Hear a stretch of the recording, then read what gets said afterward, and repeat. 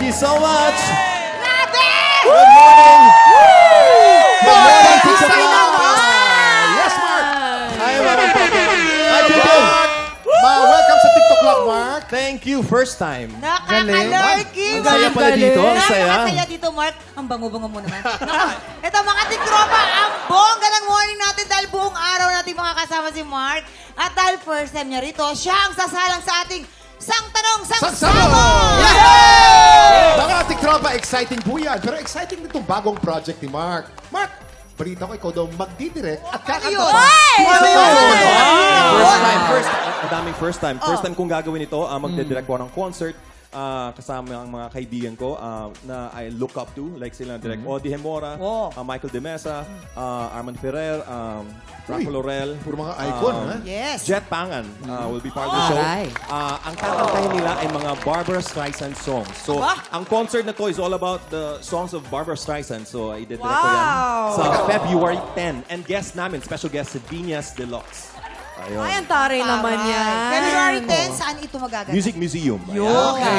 Magkita-kita tayo dyan, mga tiktropa. Congratulations, Thank you so Mark. At much. syempre, advance congratulations din sa isang tiktropa natin dahil siguradong isang tiktropa na naman ang mananalo ng instant pa-blessing na 10,000 pesos! That's right! Napakadali lang pong sumali dito.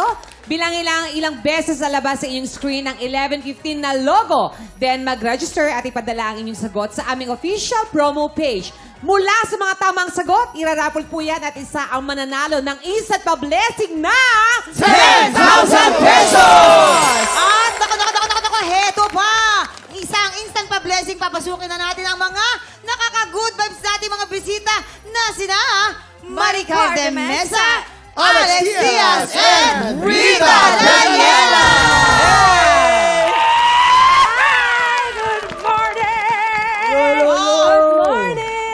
Good morning! Good morning! O eto na nga, Maricar, Alex, Mark, and Rita. Excited akong marinig ang mga comment ninyo dito sa issue ng tiktropa nating si Oy. Stephen Gray. May issue agad? Oo, ito na agad yan. Makinig kayo. Ito na ha. Pareho kaming practical ng girlfriend ko. Kaya nagkasundo kami na sa Huwes na lang magpakasal. Para yung ipon namin, ipang-down payment na lang namin ng bahay. Okay? Ayaw pumayag ng magiging biyanan ko. Kesyo, importante daw ang basbas ng simbahan. Yan ang gusto niya. Mag-church wedding kami. Tapos, makipisan na lang daw muna kami sa kanila habang nag-iipon ulit. Dahil sa kulit ng nanay niya, ayaw na makipagtalo ng girlfriend ko. Pagbigyan na lang daw namin pero nangihinayang kasi talaga ako sa gastos. May silbi pa ba talaga ang church wedding? Sa tingin ko kasi luho na lang siya. Sayang ang pera. Oh, man. O, si Rita. Rita. Yes. Yan, Rita. Ako siguro, I agree dun sa part na pwede naman sigurong mag-ipon muna. Kasi, syempre, marriage and a wedding are both different things, right? So, syempre, siguro wag na lang makialam doon si Binan kasi hindi naman siya yung papakasalan ni.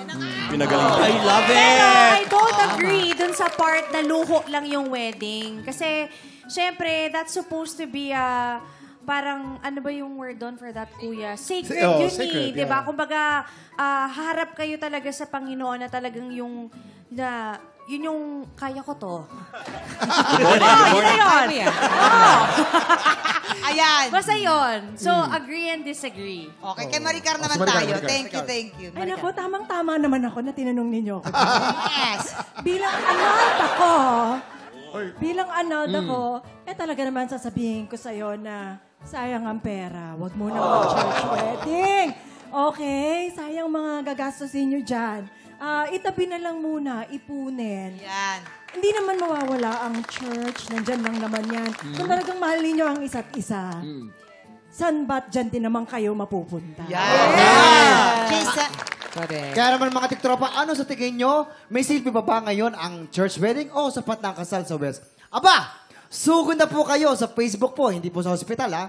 Sa Facebook page po ng TikTok Clock at excited na po kami mabasa ang mga comments nyo. Tama, Jason. Sabi kasi, kinabahan ako kay Miss Alit eh. Bakit? Bossing yun eh.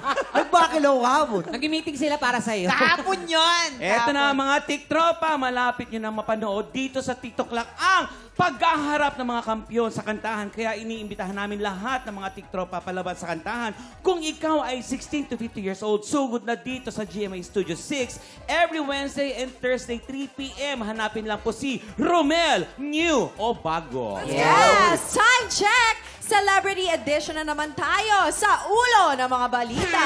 At si Rita Daniel ang makikipaghulaan today. Tutok lang po yan dito sa pagbabalik ng TikTok Live!